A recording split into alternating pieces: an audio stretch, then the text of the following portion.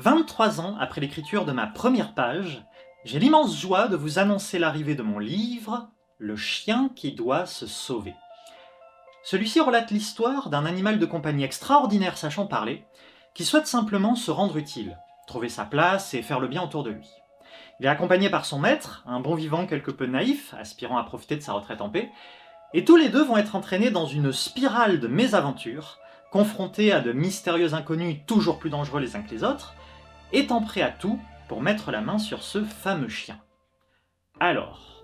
il s'agit d'un projet de très longue date, puisque j'ai imaginé l'entièreté du récit de mes 7 à 14 ans, que je l'ai mis en forme vers mes 18 ans, et l'ai finalement achevé pour mes 30 ans, ce qui m'a demandé quand même 2 années de travail supplémentaires. Mais ça a grandement participé à en faire un livre très personnel et particulier, autant par sa nature que son temps de maturation, et surtout du fait qu'il a été décidé d'assumer pleinement ce qu'il est originellement, d'en faire sa force, son originalité et tout son intérêt, à savoir, c'est une histoire au départ très enfantine, naïve et innocente, dont le ton et l'ambiance grandissent et changent au fil des chapitres, des années même, jusqu'à se terminer en plein dans cette période compliquée et pour le moins chaotique que représente l'adolescence. C'est avec tout le recul que j'ai désormais que j'ai pu accepter d'aller au bout de cette démarche, avec la volonté de respecter le sens initial de mon texte, que ce soit dans sa manière de l'exprimer ou dans son niveau de langage, et j'ai en plus intégré diverses idées et éléments visant à enrichir son expérience et à renforcer les thématiques que j'aborde. Également, je peux vous révéler sans spoiler qu'il contient 20 illustrations, une douzaine de mes manuscrits, et quelques petites surprises supplémentaires que je vous laisserai le plaisir de découvrir.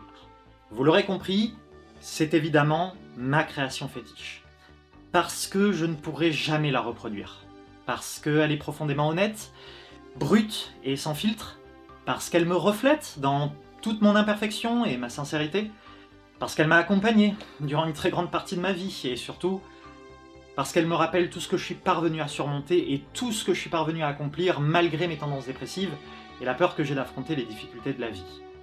Mais bref, j'ai fait en sorte d'avoir des choses différentes à vous dire que ce que vous pourrez trouver en description du livre ou dans sa 4e de couverture. J'espère sincèrement qu'il vous plaira, car en ce qui me concerne, j'en suis très fier, ayant donné mon maximum afin qu'il soit à la hauteur de mon rêve d'enfance,